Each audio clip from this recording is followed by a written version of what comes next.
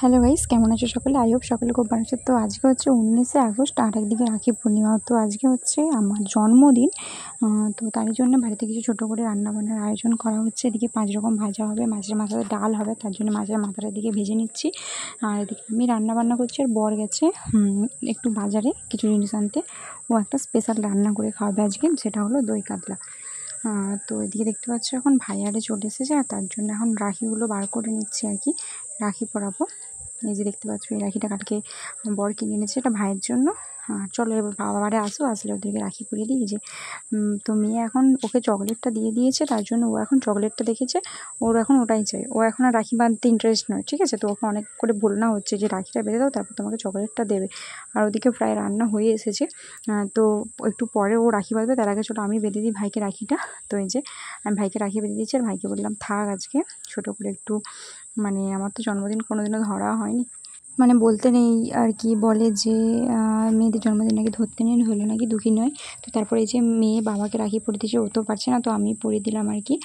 তো তার জন্য কোনোদিনও ধরে না। আর বিয়ের পর থেকে প্রত্যেক বছরই আমার বর বলতো যে জন্মদিন ধরবো, কিন্তু সেভাবে হয়ে ওঠেনি, সময় টাইম কোনোটাই সিচুয়েশান হয়ে ওঠেনি। তো আজকে এই যে বানাচ্ছে, আর আমার বরে যে রান্না করছে দই কাতলা, তো পুরোটাই হয়ে এসেছে। লাস্টে ধনেপাতা দিচ্ছে, লাস্ট ফিনিশিং।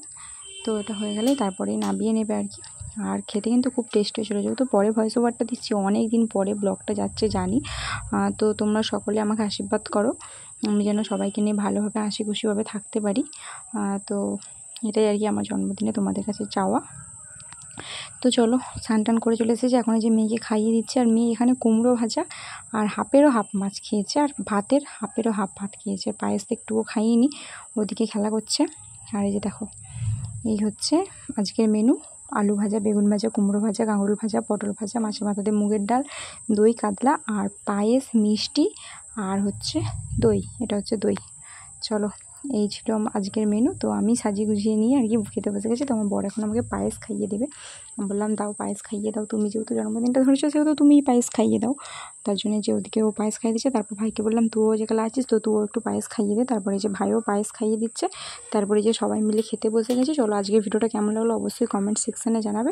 আর বাবা ইলিশ মাছ দিয়ে গেছে, সেটা আর কি রাত্রেবেলা ভেজে মুড়ি ভাত খাবো আর কি, তার জন্য যে রাত্রেবেলা এখন ইলিশ মাছ ভাজছি।